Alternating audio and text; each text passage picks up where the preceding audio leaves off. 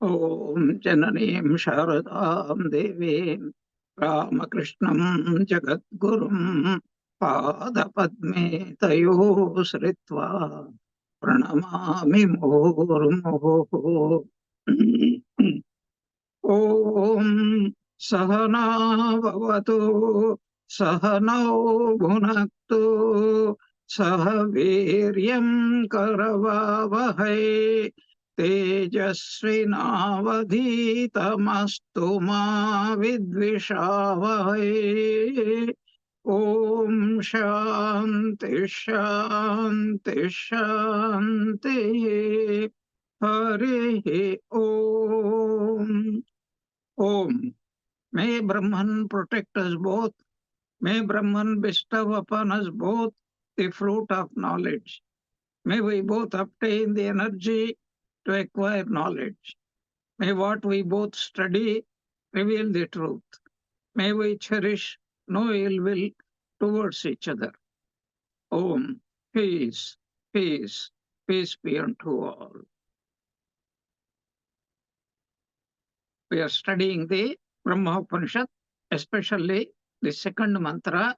Some part of it we have covered, and the essence of the second part, second mantra of the Brahma Upanishad is a description that Brahman in his impersonal aspect is indescribable beyond both thought as well as speech. But the same Brahman, called Saguna Brahma, as it were, divides himself into three: Ishvara, Jiva, and Jagat. But something called Maya, a cloud comes in, obscures our vision, and lets us feel that we are separate from everything else. This is the effect of Sattva, Rajas, and Tamas. Whether it be Sattva, Rajas, or Tamas, all the three belongs to Prakriti or Maya only. But the second mantra wants to say that everything is Brahman. For that it employs the same technique that Mandukya Upanishad employs. It tries to analyze the experience of every living creature. Every living creature we have to subsume. That is, we know human beings, we go through the waking, dream, as well as deep sleep. Do animals go through them? Do insects or even amoeba, do they go through that?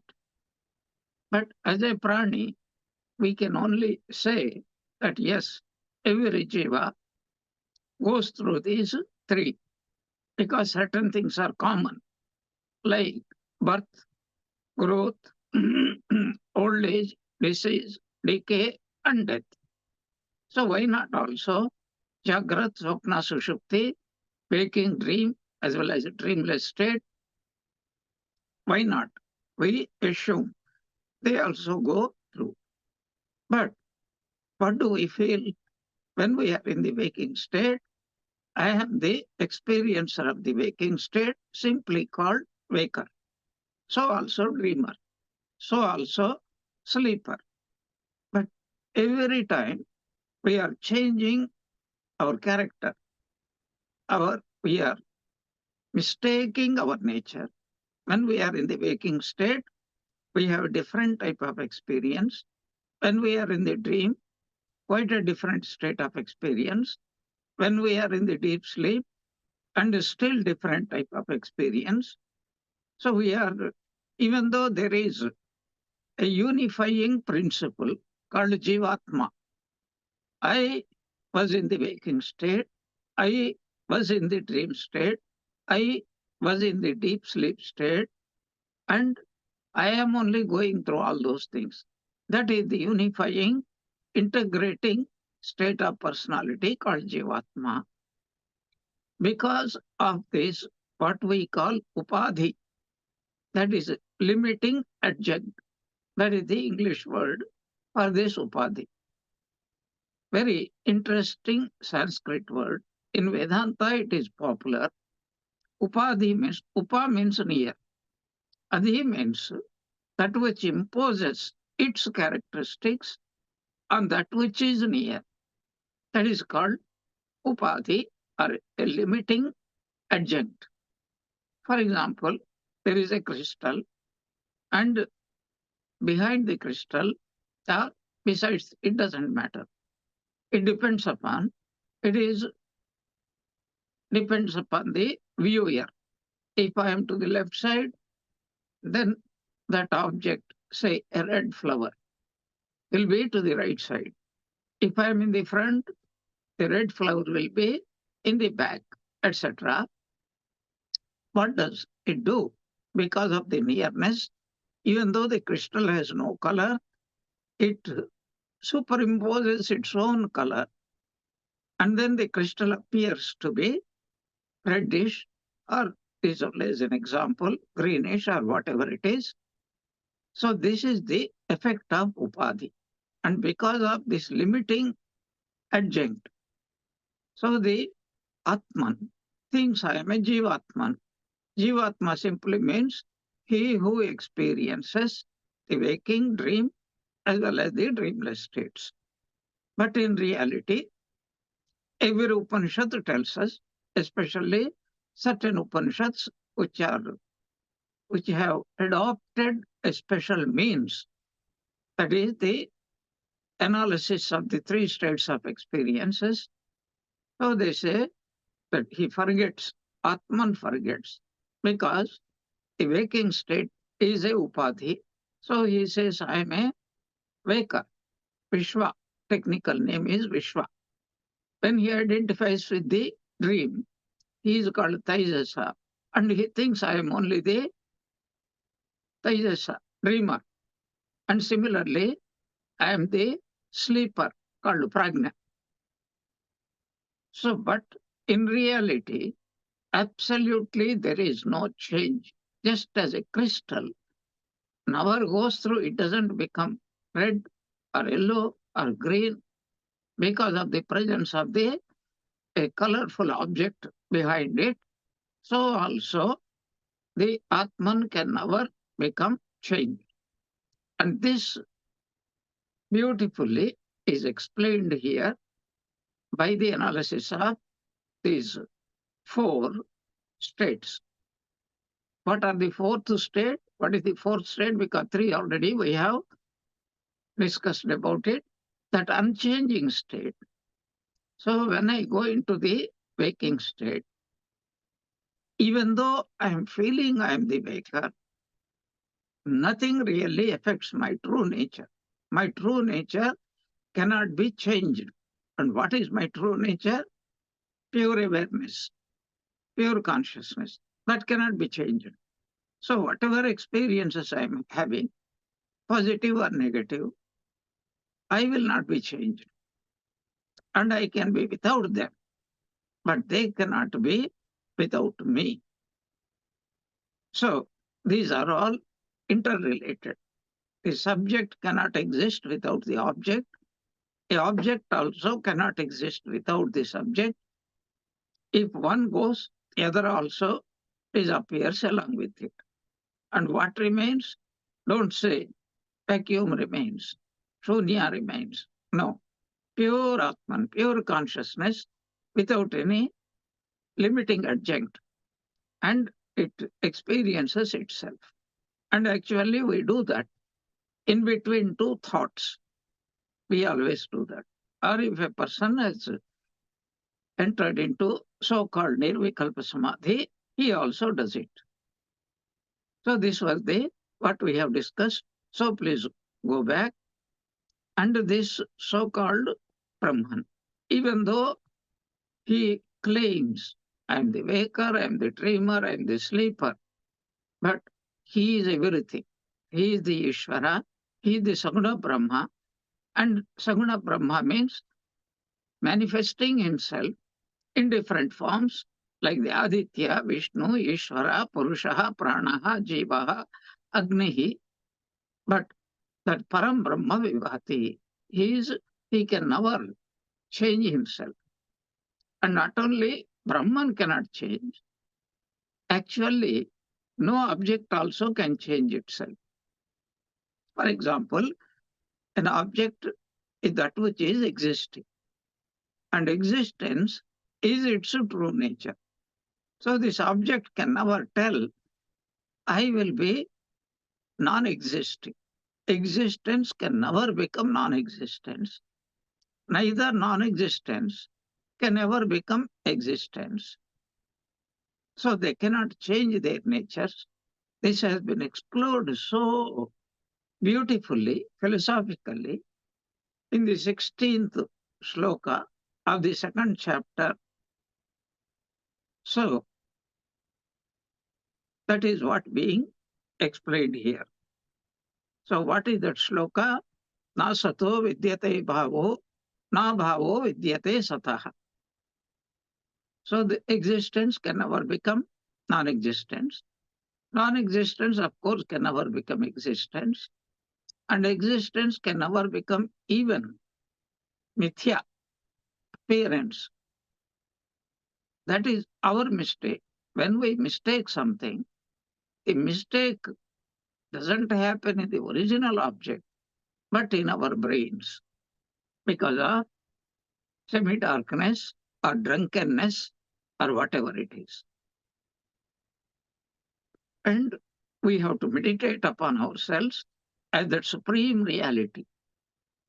And if we can, even purified mind, we attain a higher type of intellectual understanding, peculiarly called medha, or sometimes called buddhi. In ordinary terminology, when we say buddhi, that is totally different. We are talking about normal intelligence endowed with rationality, a little bit of it. We cannot even claim that we are completely rational.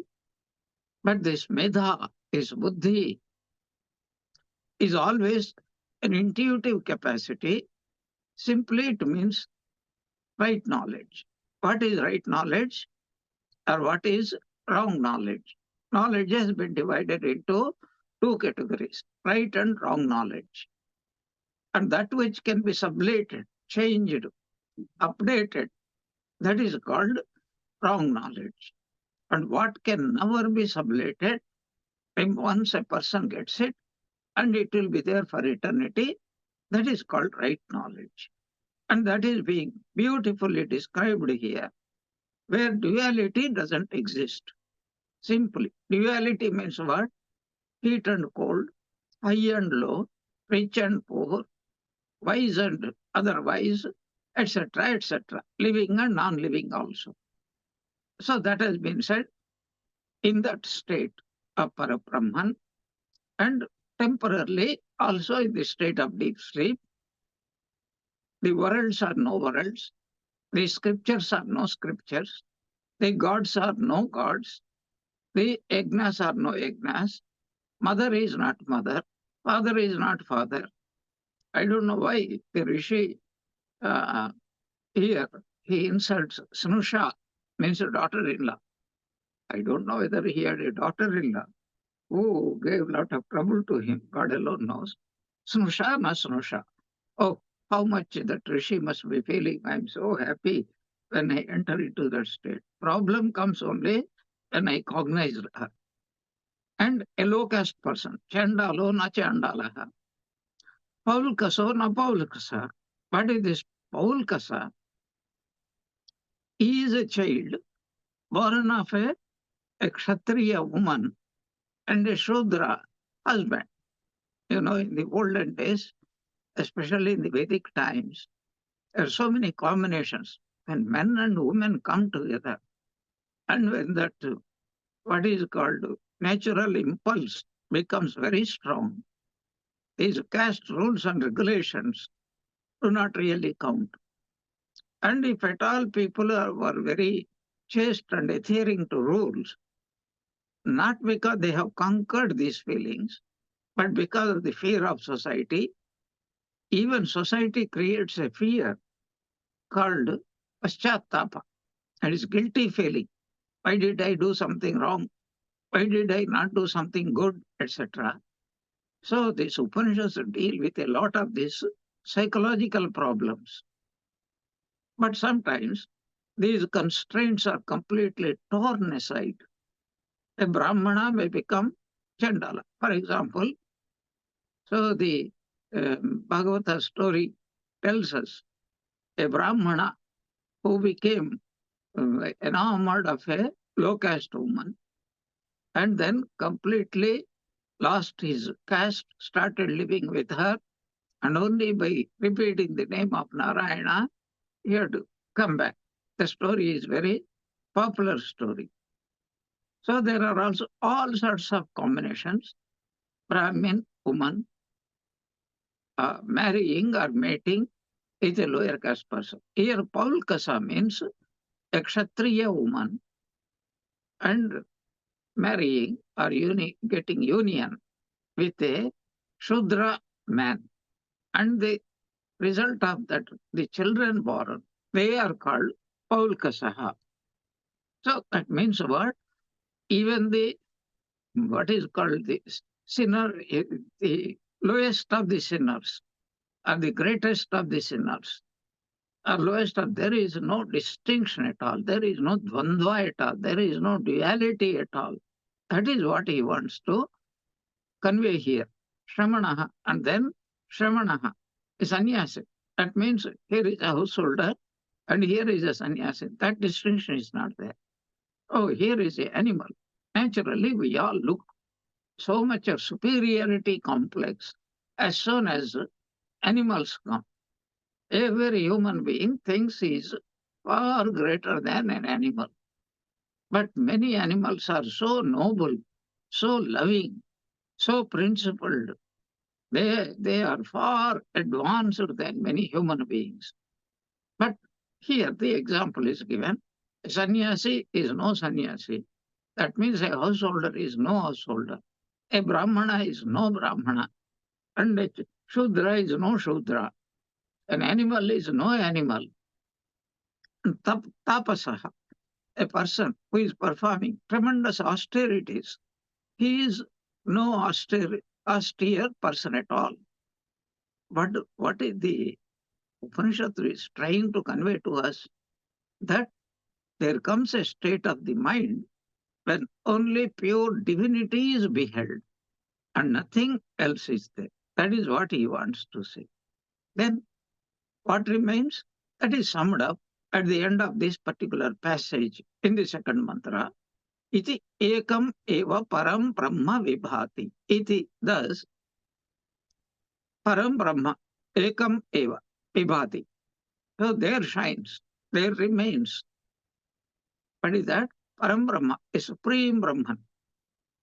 And ekam, it is only one without a second. Ekameva advitiyam. He remains. So what is this description for? But if we want to attain, just as Brahman sees everything as Brahman, a spiritual person must gradually try to see there is no difference between me and a Brahmana or a Chandala or any type of, even a sinner, because there is a very important psychology involved here. Suppose there is a terrible sinner. The first point to note down is maybe I am a devotee, but was I a devotee from the beginning, or was I also worse sinner than this person whom I noticed? Maybe in my past births, what all I have done, I will never remember at all. But somehow, after great suffering, I have come to this understanding for my own good that I have to turn my mind towards God. Avruta chakshahu amrutatvam icchan. So, a comparison. That is why even what we call a saint never looks upon a sinner as a sinner. They have tremendous, what is called, patience. compassion, because they are remembering their own past deeds. I mentioned sometimes, but it is still worth remembering. There is a beautiful collection of stories and anecdotes by Thomas Merton. It is called the Desert Fathers. So a story goes like that. A monk had done something reprehensible, and the whole community gathered together how to punish him. They invited a great soul, very great soul, and he first refused. But they did, without you, we cannot decide, please come.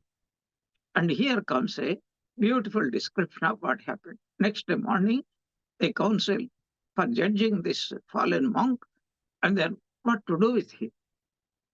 So this Abba was forced to attend, and then he came late, and then people noticed something very strange. He was carrying a sack of sand, and then there is a hole in the bag, and then the sand was just like your time glass, hourglass, they call it. It was running out behind him. And then the monk could not understand. They were waiting only for him. He was the last person to come. So they asked him, Abba, what is the meaning of this? Abba means father, spiritual father, or what we call Bhagavan, what we call Guru. Then he replied, my own sins are running behind me like the sand is running from this bag. And you have invited me to judge another person. After seeing this one, they came to their senses, and then they called that younger monk, and they said, my son, go and live a holy life, otherwise you will suffer. So these stories are so beautiful. So every saint, he also remembers what he was at one point of time. And that is why so much of sympathy will come to that person. So everybody doesn't fall a great saint or sinner from the skies. Everybody has to stand upon this evolutionary escalator, and everybody has to go through the same experiences, and everybody learns in the right time only. My understanding is there is nobody who is making quicker progress or slower progress. Everybody makes quicker progress after making only slower progress. So these are all things we have to find out. This is what Bhagavad Gita, which is the very essence of all Upanishads, also tries to reiterate to us. Vidya Vinaya Sampanne Brahmane Gabihastini Shunichaiva Shvapakecha Panditaha Samadarshinaha. Pandita, every saint. Here Pandita means not a scholar, but a saint. Every saint, he becomes a Samadarshi. The Samadarshi means what? He sees only God in everything. Krishna has a lot to explain to us. There was the story of a monk who was beaten, unconscious, and then his brother disciples carried him, and somebody was fanning, somebody was pouring water, and they found out slowly he was coming back to consciousness, and somebody was trying to pour a little bit of milk into his mouth. And then to find out whether he's fully conscious, they asked him, do you recognize the person who is giving you milk? He said, yes. But he was fully conscious.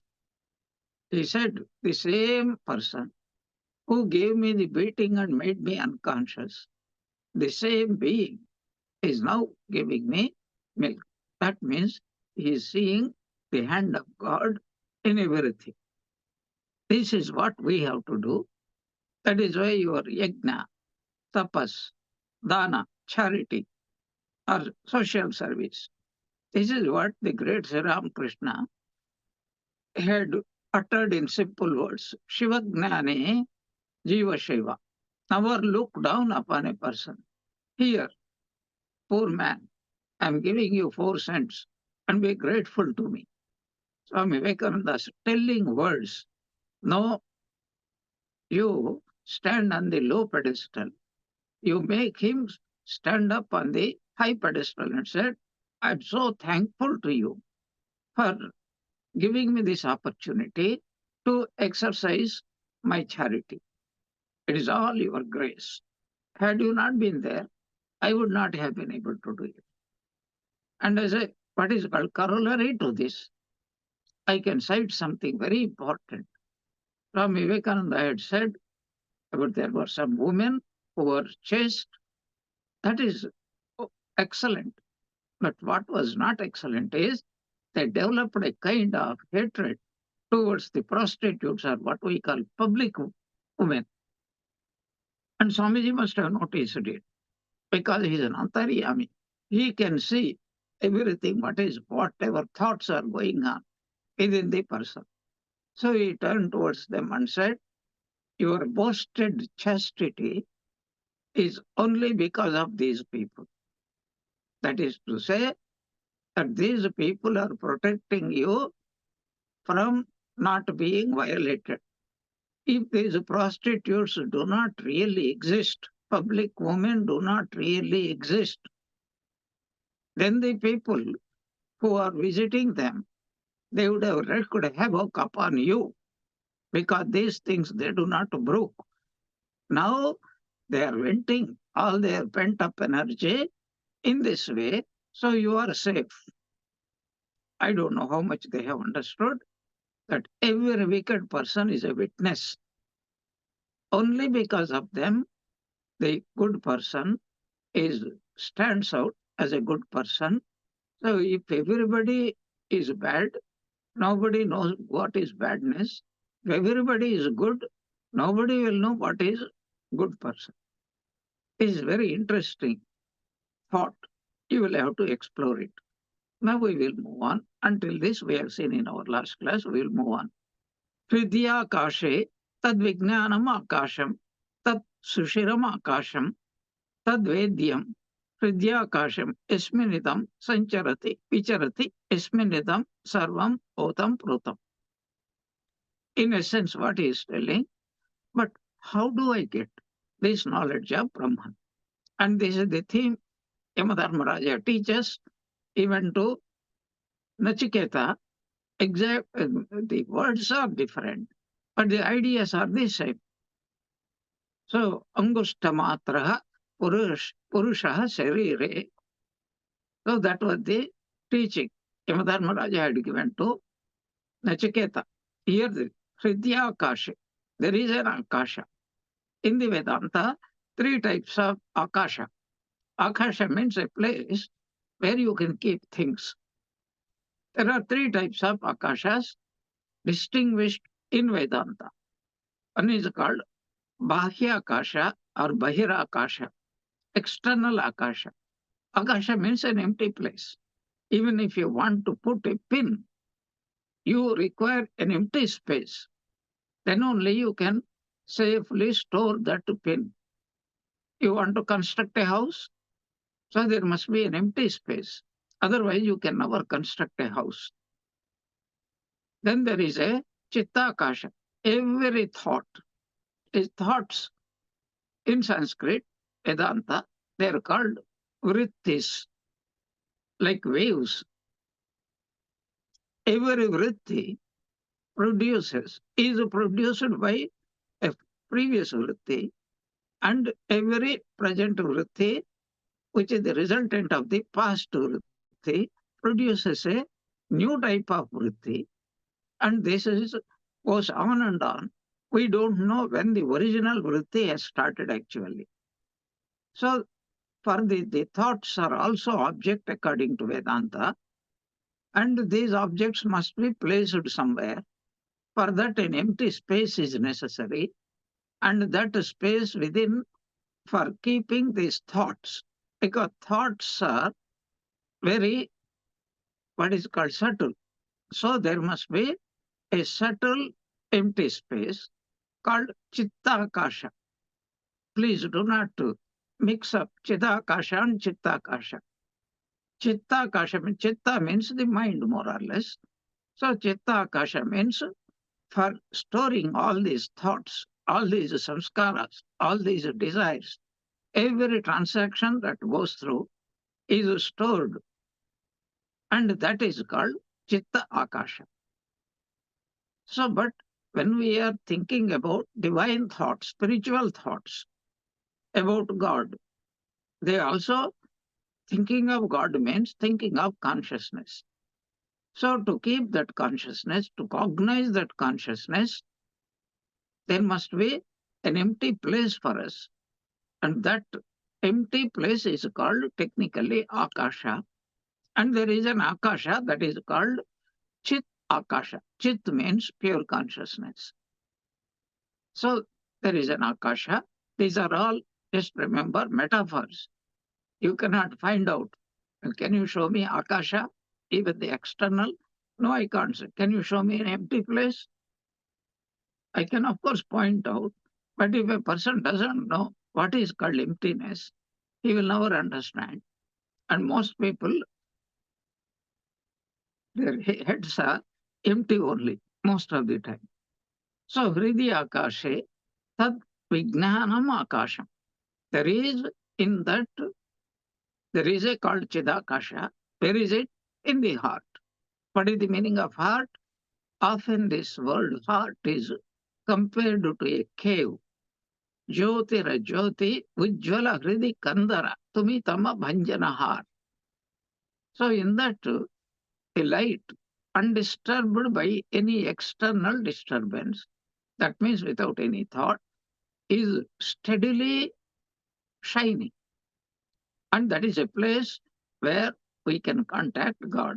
That means uninterrupted thought of God, that is called Chidakasha.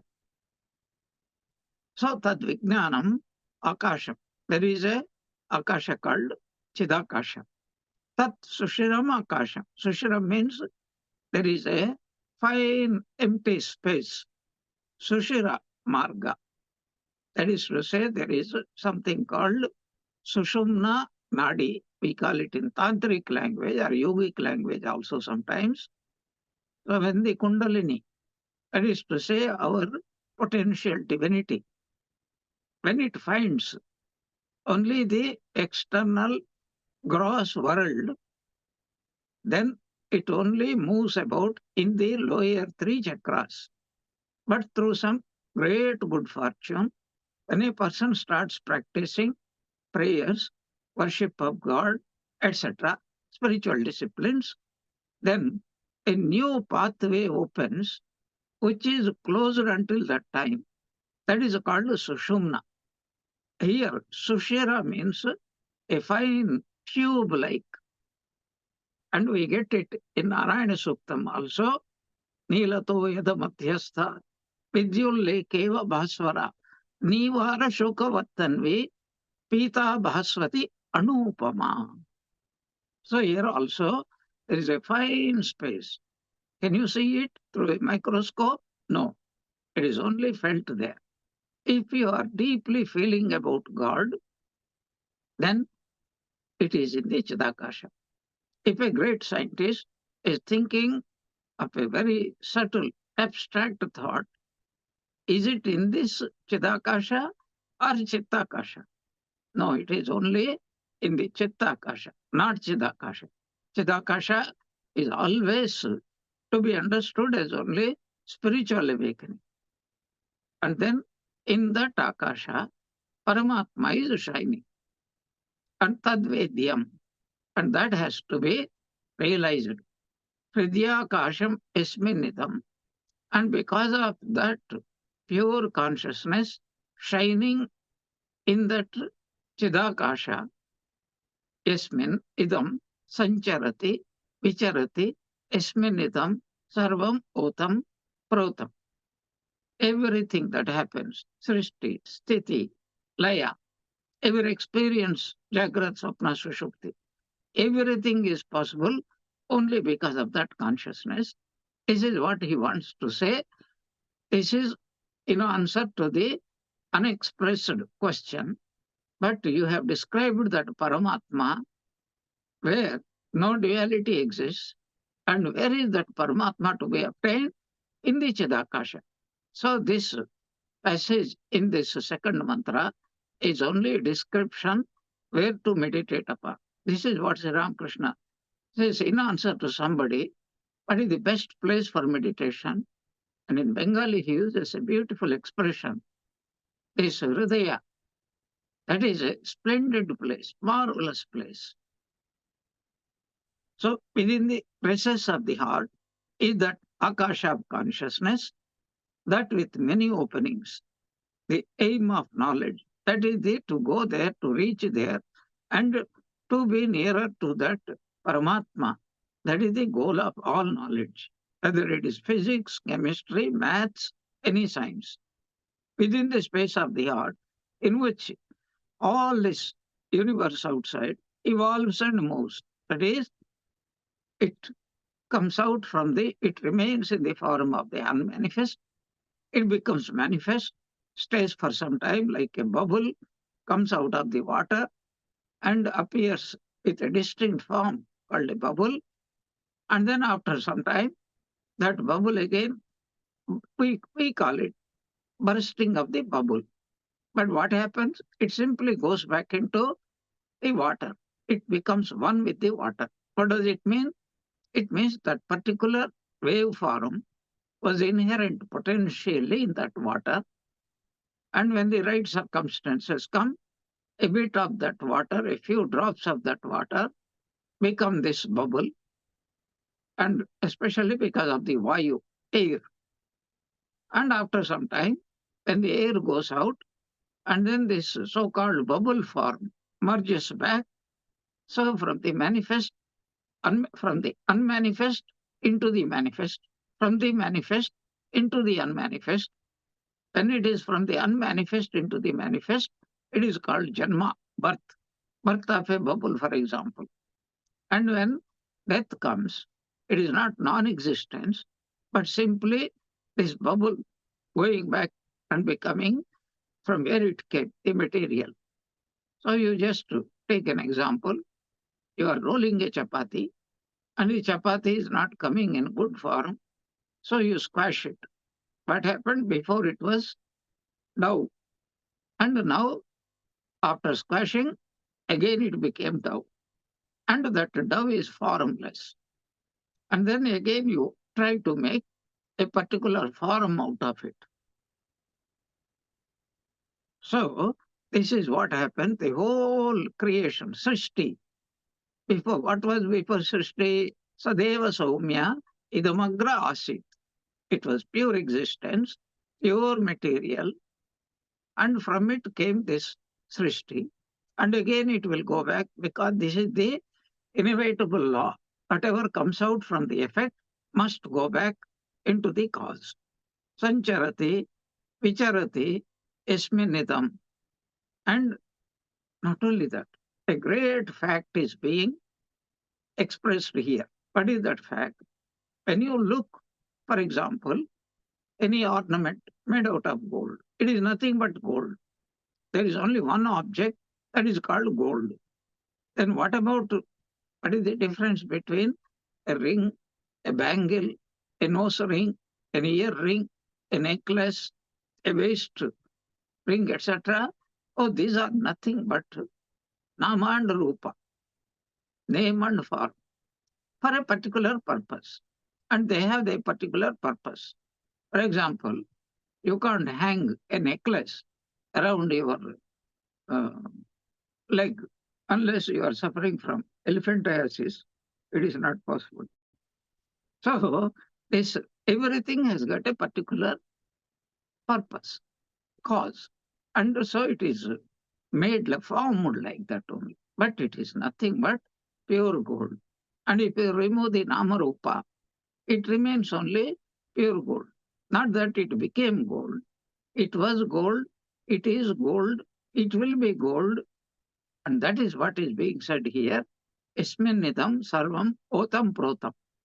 So this otam and protam is also one of the expressions often used in the Upanishads.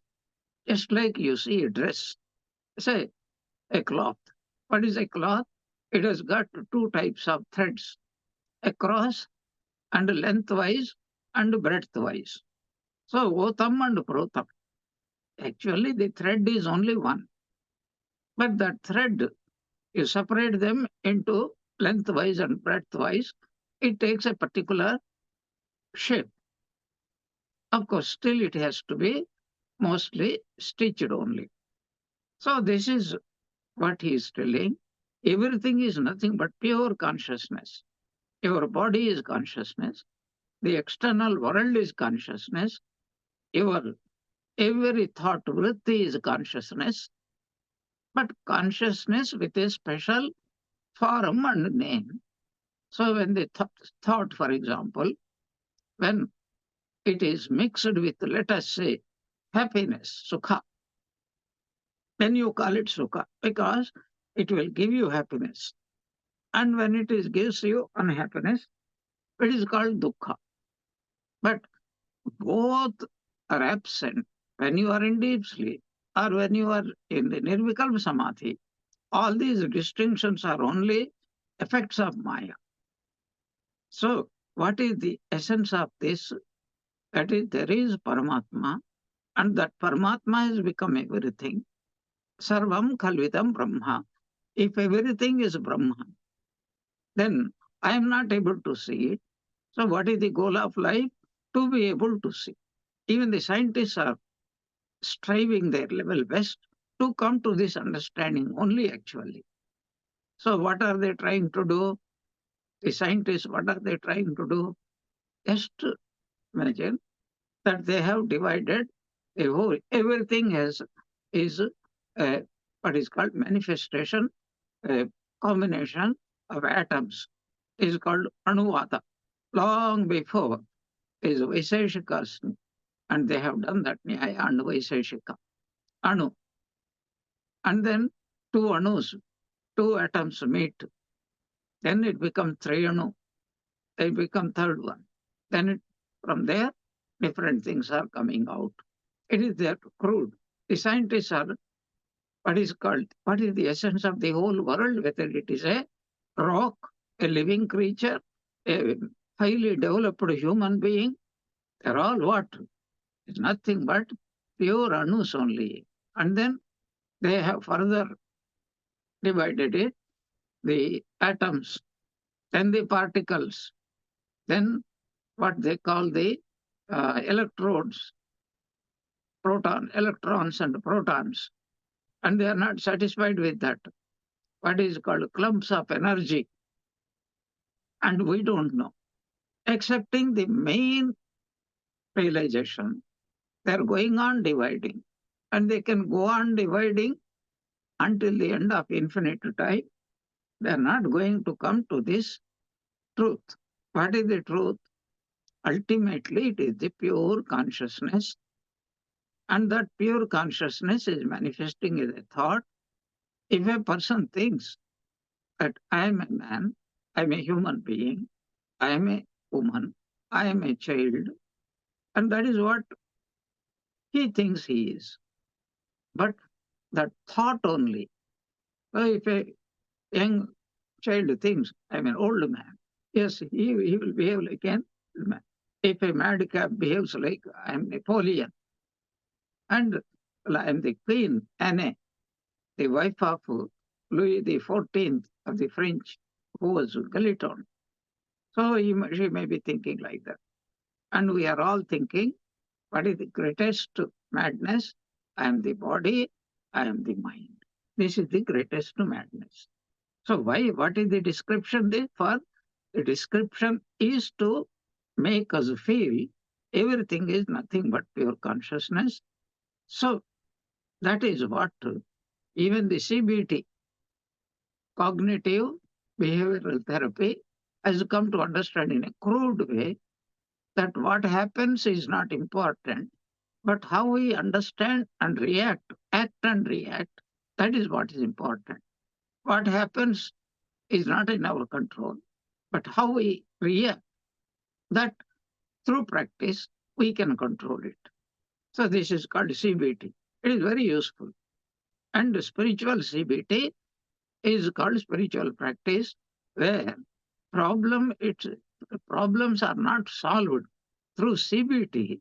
Problems are solved, but through spiritual practice, SBT, spiritual practice, what problems are not solved, that we recognize there is no problem at all.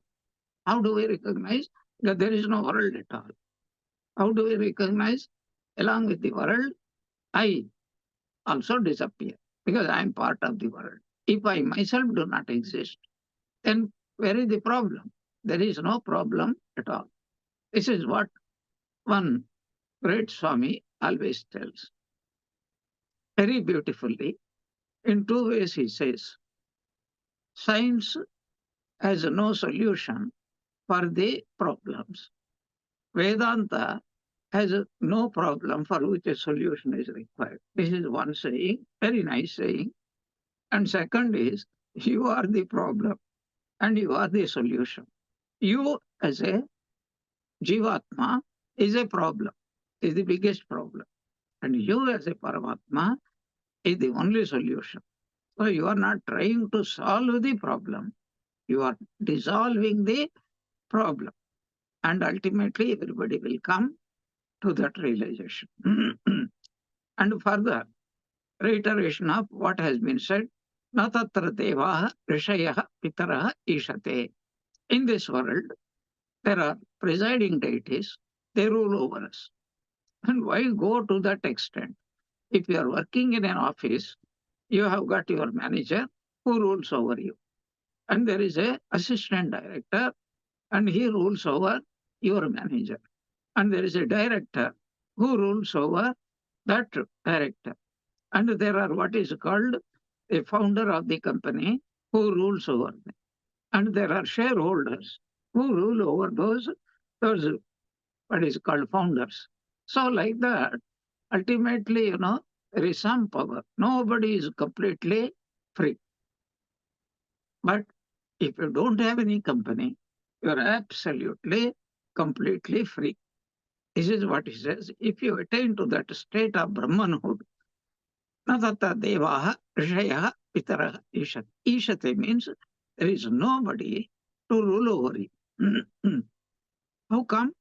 Because there is nobody excepting you. You are Brahman, without one, without a second.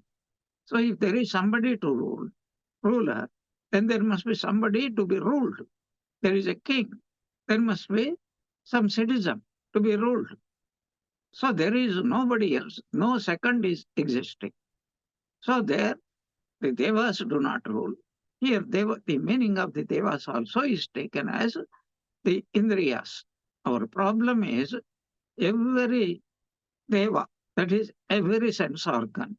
The eyes wants to see something, the ears want to hear something, the nose wants to smell something, and the tongue wants to taste something, and the skin wants to be comfortable in every way. Each, like 5 separate horses, pulling in 5 different directions, we are being torn apart. But when a person becomes like, the nearest example is only deep sleep, where there is no second accepting yourself. There is no, even Maya is not ruling over you, so to say. And therefore, you are the happiest person there. That is what he wants to say. Devaha, either presiding deities or whoever is controlling you or your sense organs. Rishayaha, your guru, or your Vedas. That is why Vedas are the only scripture in the world who says, Yatra Veda, Aveda Bhavanti. Just now we have seen Devas are no Devas, Vedas are no Vedas. Vedas are operative only when there is a question of what to do, what not to do. When you see duality, when you see Dvaitam, there is no other way. And Pitaraha, suppose you go to higher place, then your Pitru Purushas might even rule over you. My grandchild, you have done something wrong. And you have not offered Pindadana, you have offered, but the result is lacking there, that nobody is there to complain. Rishaya. Rishi means one mantra drashta. That is he who teaches you the highest code of conduct, truths, and then how to realize the truth. They are not there. Why? Because a person who has realized Brahman, he has gone beyond all bondage, beyond all duality. And therefore, there is nothing else excepting this marvelous truth. That is, I am Brahman. And Pratibuddha Sarva with iti. Such a person who realizes, I am Brahman, and there is nothing else in this world. And such a person, Pratibuddha, awakened person. You see this word, Mandukya Karika also we are seeing there, I think in the 98th or 99th Karika. So, na buddhena bhashitam. Buddha did not. Buddha here means we are not talking about Siddhartha. We are talking about Bauddha Matam, a school of philosophy. This is never taught. That means I am talking only from pure Advaita point of view also. Sri Ramakrishna's definition also we have seen in that context. Here Pratibuddha means completely awakened. That is, he knows the truth that I am Brahman. I am not the body, is equivalent to I am Brahman. Sarvavit, he is the knower of everything, all knowing. What do you mean by all knowing? As we explained earlier also, many times also, the word sarva means everything. But in that state of Brahman, the word everything doesn't exist at all. You can't even say it is one. Ramakrishna's teachings are so deep in meaning, you can't even say one. Even to say one, you have to think of other also. If you say God is with form, you have to think of God without form. If you say God is without form, stupid fools go on deluding themselves. We are worshippers of formless God. How do you know it is formless? Because you are having form, you are eating, and you are seeing everything as form only. And you are the greatest idolater in the world. So once a beautiful anecdote I'm going to tell you, a foreigner who was studying intellectually some Advaita, he came to Ramana Maharshi and he was advising Ramana Maharshi, we should teach everybody that people should not worship idols. And this is a great fun for Ramana Maharshi. He said, so is there somebody who is not an idolater from getting up even at 5 o'clock, bed coffee, then he wakes up with music. And if you are a king, of course, you employ people, they are called Vandi Magadis, go on, pour this Tirupati Venkateshwara gets very little sleep. And these priests with loud mouths, you know what is the secret? They go on eating only ghee prepared laddus, etc. And they go on saying, so early in the morning, oh, what is it called? Sri Venkateshwara Suprabhatam. So they disturb him early morning at 3 o'clock. Poor fellow, he wants to be free. But this is what happened. Kausalya Supraja Rama Uttishta. So you get up because it is already, the birds have got up because they are hungry. You can't say the same thing about Venkateshwara has eaten so many laddus. There is no chance of his getting hungry at all. So what are we talking? That this is the complete awake. There is, from the viewpoint of Brahman, there is no sarvam. Then from the viewpoint of a realized soul, whatever he experiences, he knows I am only manifesting as everything else. Pratibuddha sarvavit iti. So for being fully awakened, one becomes a knower of all truth. Again, we can never understand what is the state of Brahman. And that is why we are constrained to use the word sarvavit. Eka vijnanena, eka karana vijnanena, sarva karya vijnanam bhavatiti. By knowing the one and only cause of everything, a person obtains the knowledge of everything. With this, the second mantra is over. We are entering into the third mantra. Hridistha devata sarva, hridi prana pratishtita, hridi pranascha jyotischa, trivrut sutrancha yanmahat, hridi chaitanya tishtati. When we look at ourselves, we see that everything, especially there is a beautiful analogy given here. Upper caste people in Hindus, they are what is called given the sacred thread, endowed with sacred thread. So then they are called twice born. And at that time they are supposed to wear a sacred thread consisting of 3 strands. And that is given here to explain a greater truth. Says, where are all the devatas? Are they in Vaikuntha? Are they in Brahmaloka? Are they anywhere else? No. Says, Sridhistha devata sarva, Sridhi pranaha pratishtitaha, Sridhi pranascha jyotischa, Trivrut sutram cha yanmahat, Sridhi chaitanya tishtati. In the heart, all the devas exist. In the heart, the pranas are installed. In the heart exists the supreme prana and light as also the immanent cause with the threefold constituents and the Mahat, the principle called Mahat. It exists within this heart, that is in the consciousness. A beautiful incident I'm remembering just now after hearing this one. One day, Ramakrishna, in his last stages, unable to talk anything, he was lying down, and then Narendra was by his side. Sri Ramakrishna knew Narendra alone can understand this. So he said, Sri Ramakrishna, first give the sutra. Everything has come out from this. Sri Ramakrishna often used to refer to him as this. Why this? Because Brahman, with regard to Brahman, the scriptures use all the 3 genders, the what is called male, female, and the neutral. So Saha Tishtati, just now we are seeing this one, male. So the divine mother, that is also there. As Shakti, it is there. As Jyoti, it is there. You can't talk about Jyoti or Jnanam as male or female. And many times the word used is Tat.